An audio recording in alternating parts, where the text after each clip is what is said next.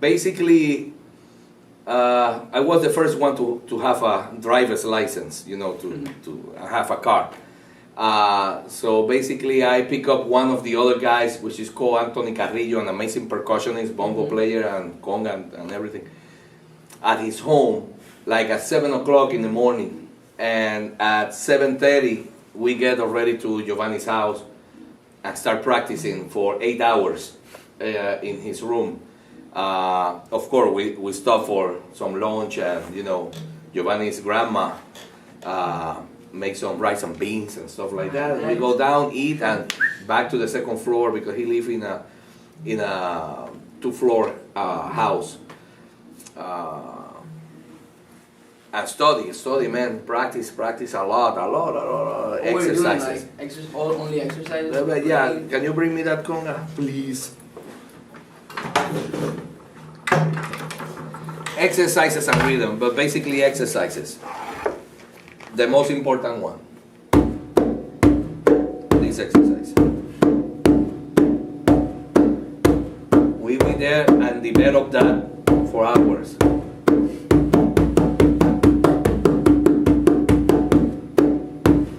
And with the other hand too, with 2 hands.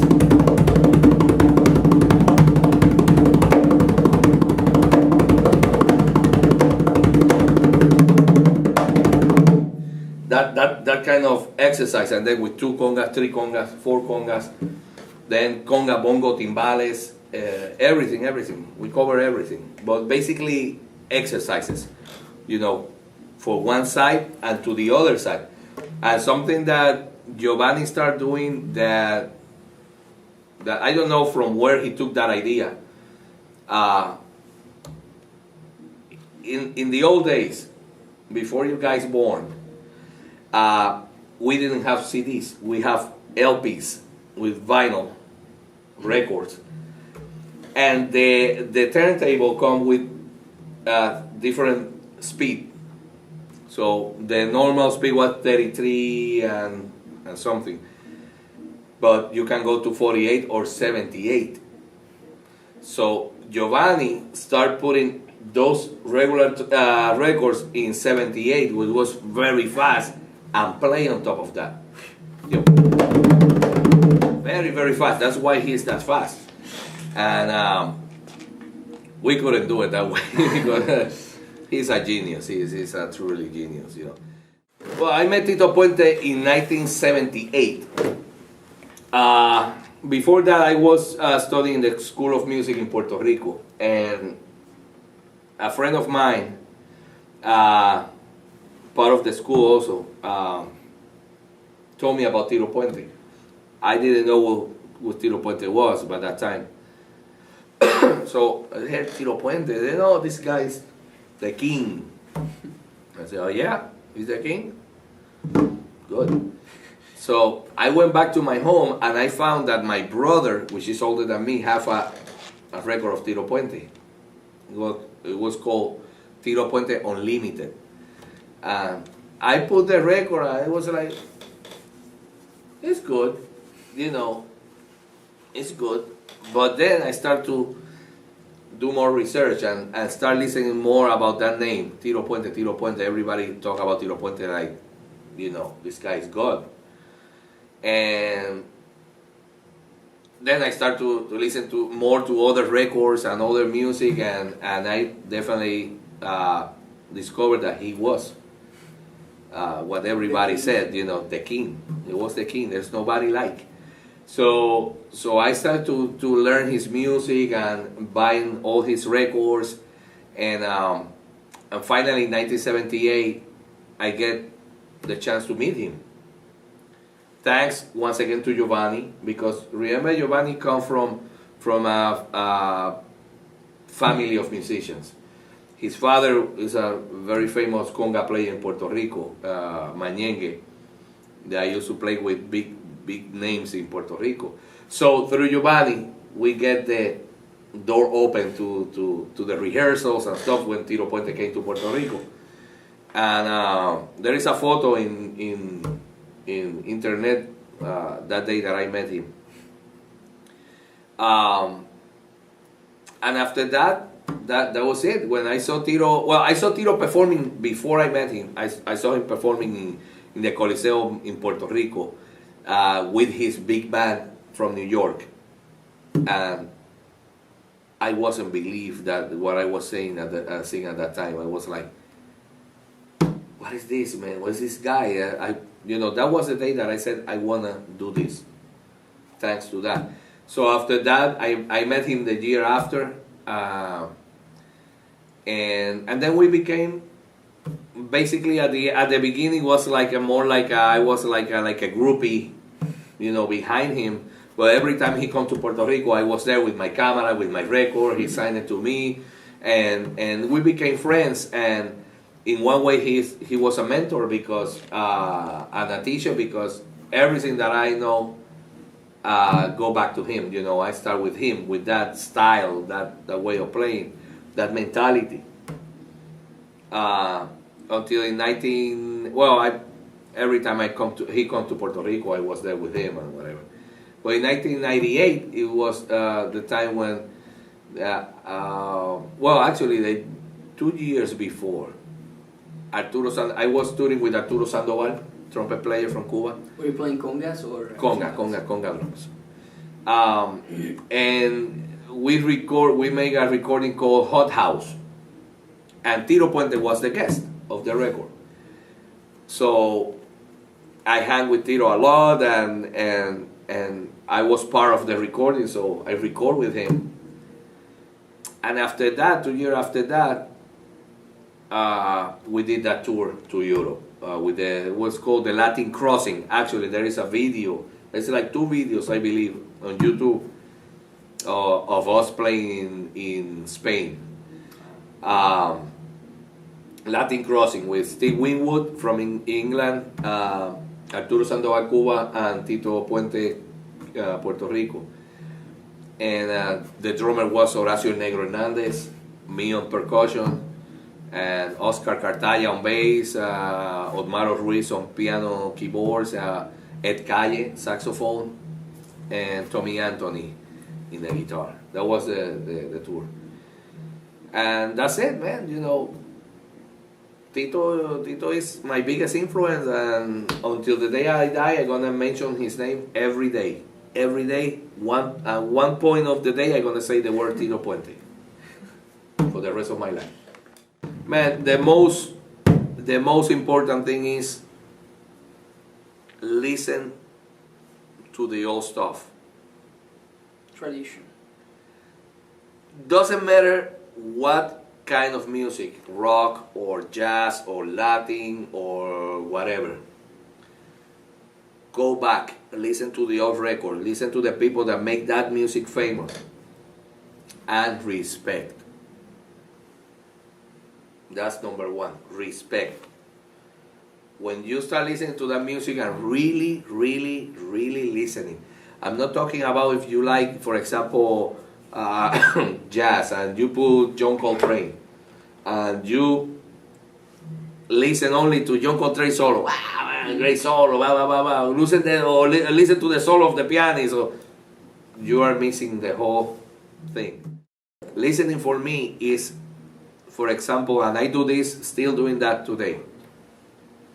Go to my room at night, put the earphones, put the sound very loud in my earphones, put a pillow on top of my face, so there is no way that I can see any light or anything. And I start listening how the pianist react when the saxophone player do something, or how the percussionist react when the bass player do something. And you start listening to that conversation inside the band, which is not, I'm not talking about the solo of this guy. That's another thing. It's exactly between them. How they do that, how they put, how the percussionists go down when the piano is doing a solo, or what kind of rhythm he's doing, or if he changed a rhythm in one point because the pianist do something and make him do that. That kind of conversation is what I call the language. you can practice a lot of exercise. And they sound beautiful. And a lot of new stuff. That is technical. But if you don't know the language, this is A, B, C, D, E, F, G, F, I, that's the alphabet. But if you don't know how to put those letters in order to make a word, and those words together in order to make a sentence that is intelligent, you don't know the language. You can know many awesome words, but they don't mean anything. That's why I see a lot of people on YouTube doing a lot of stuff with 5, 10 congas.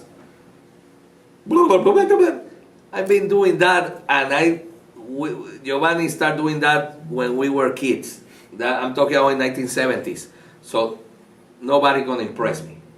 Oh, great technique and great stuff, but can they play a straight and good rhythm with the band and carry a band and forget about those fancy stuff and play with the band with the style of the band? That's another $20. So don't get impressed with all the fancy stuff and the sticks going around and put it here. Blah, blah, blah. No, be more impressed. In my case, if I see a conga drummer playing with a band with 2 drums only, and feel and carry the band like he have 10 congas, or there are 3 guys playing congas, then I take my hat off. And the style, if you play, for example, mambo, the way that you're going to play a mambo with a mambo orchestra, that is the one that I have, it's the tumbao, but the feel is different than if you're going to play salsa, what we call salsa today, or if you're going to play cha-cha-cha. And that comes from listening, right? Of course. Listening, really listening. Do you think it's better to listen like to one tune for 1 week? No, you can listen to different stuff, but really listen. When you're really listening, you don't have to repeat. You listen one time, go to the next one or to another style, and then after you master all that style that you like, then you go to Another style. Brazilian, Middle East, Caribbean. There is so many places, so many rhythms, By my time, I always say this because it's true. By my time, if you're from Italy, wanna study Latin percussion, you have to buy a ticket in the airplane and come to the Caribbean and study on Cuba or in Puerto Rico or New York. You have to physically come to us. Now you have YouTube. Recordings and You have, but in YouTube you have everything. The other day I wanna build a brick barbecue in my home, and I said let me check, and I put in YouTube how to brick, and there's like 10 videos of guys. Oh, you have to put these words. You're gonna find videos about everything in YouTube. So that means that now what was like our specialty and our stuff, now everybody can have it, from Japan, from Australia, from Italy, from wherever. You have access of how to do stuff. It can be either a good thing or a bad thing, though. Depends how you use it. Yeah, that means that you have to now be very prepared and really focus on what you're gonna do, because there are 10,000 more guys looking for that chair in that band. I believe there is a space for everybody, but you have to be prepared, because that's the thing.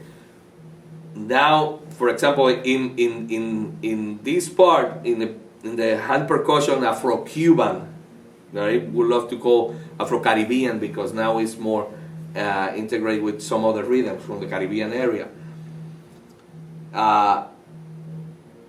you have to keep studying. You have to keep, listening to music, and listening and learn the language, because everybody think that these rhythms and these styles start with Giovanni and Changuito. No, go back. If you sit with Giovanni,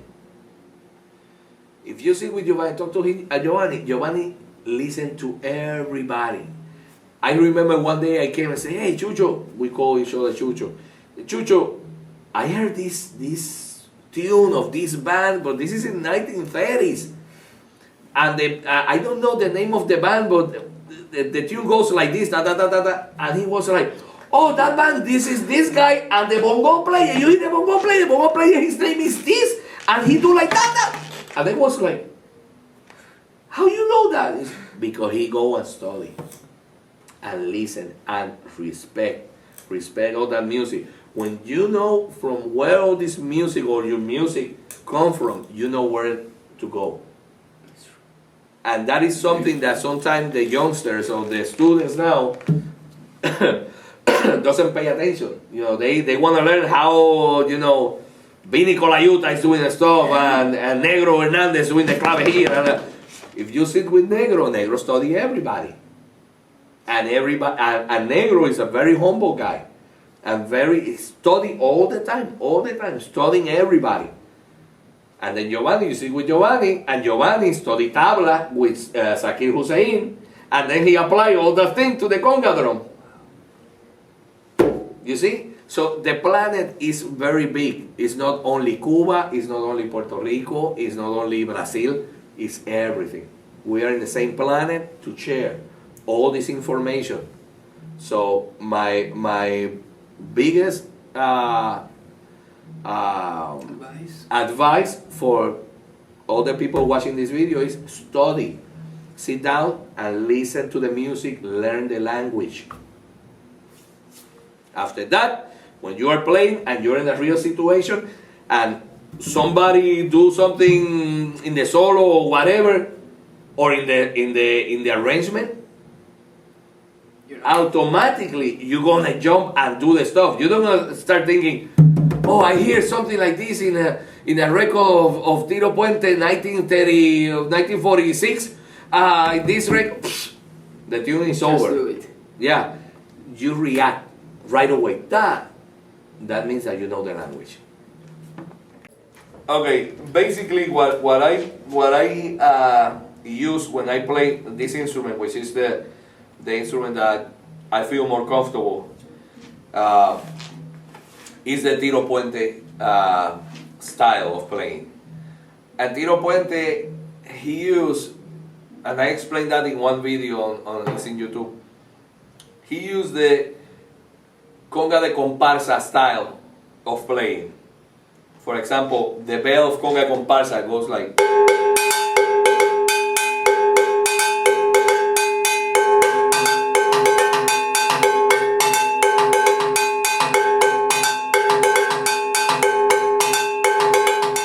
He used that on the timbales.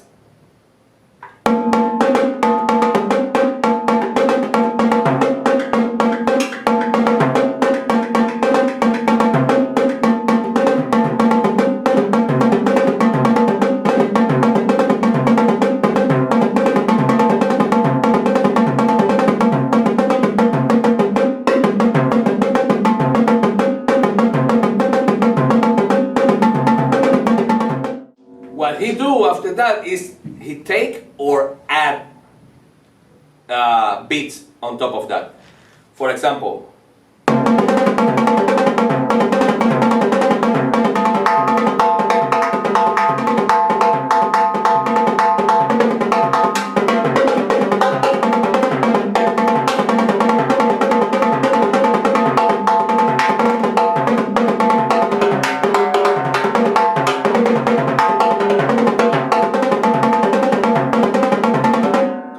it's still there. When you hear that I'm going, I'm still thinking about because you have to come back again.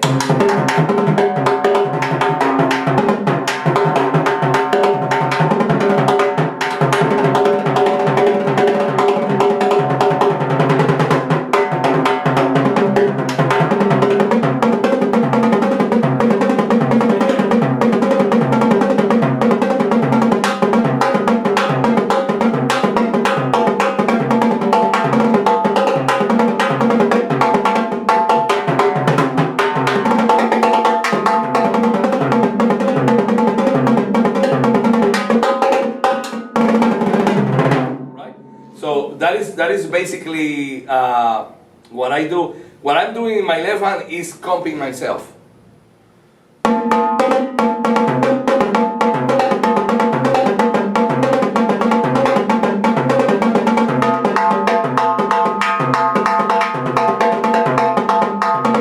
While I'm doing the solo in this side. Exercises that you can apply. There is many, man. You know that conga de comparsa pattern with the clap.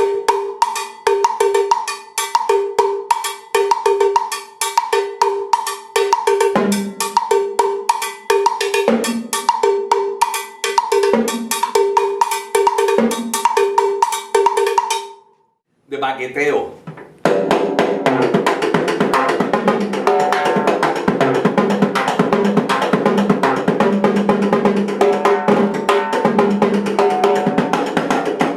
Right there.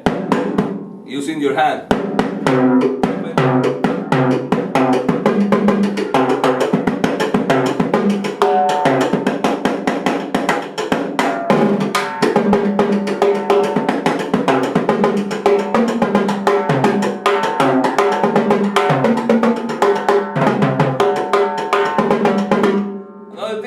That sometimes nowadays the people don't use on the timbales is the inside sound. Now all the solos are.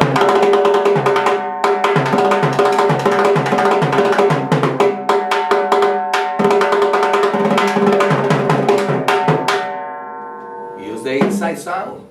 Use the whole thing, all the colors. Muting. Open and mute.